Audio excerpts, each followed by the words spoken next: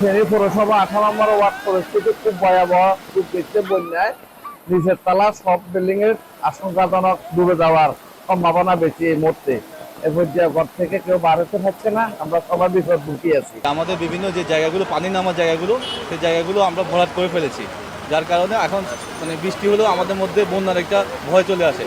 যেহেতু বন্যা এর আগে হয়েছে, সেই জন্য অতিবৃষ্টিকেও আমরা বন্যা ভাবছি, কিন্তু মূল বিষয়টা কিন্তু বন্যার বিষয় না। বিষয়টা হচ্ছে আমাদের শহরের যে পানি নামার জায়গাগুলো, এই জায়গাগুলো কিন্তু আসলে ঠিক জায়গায় নাই।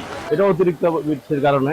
আর ড্রেন ট্রেন এগুলো তো কোনো পরিচ্ছন্ন করা হয় না, আসেও না কোনো সময়। এরা অতিরিক্ত বৃষ্টি আর যে পৌরসভার ড্রেন আছে এগুলো পরিষ্কার না, পানি থাকতেছে না।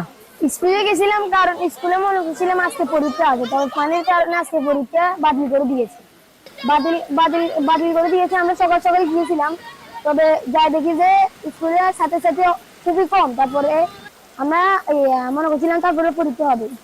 কিছুক্ষণ পরে ছাত্রছাত্রী এসেছে, তবে কিন্তু পানি বাড়ি যাওয়ার কারণে স্যারেরা পরীক্ষা বাতিল করে দিয়েছে।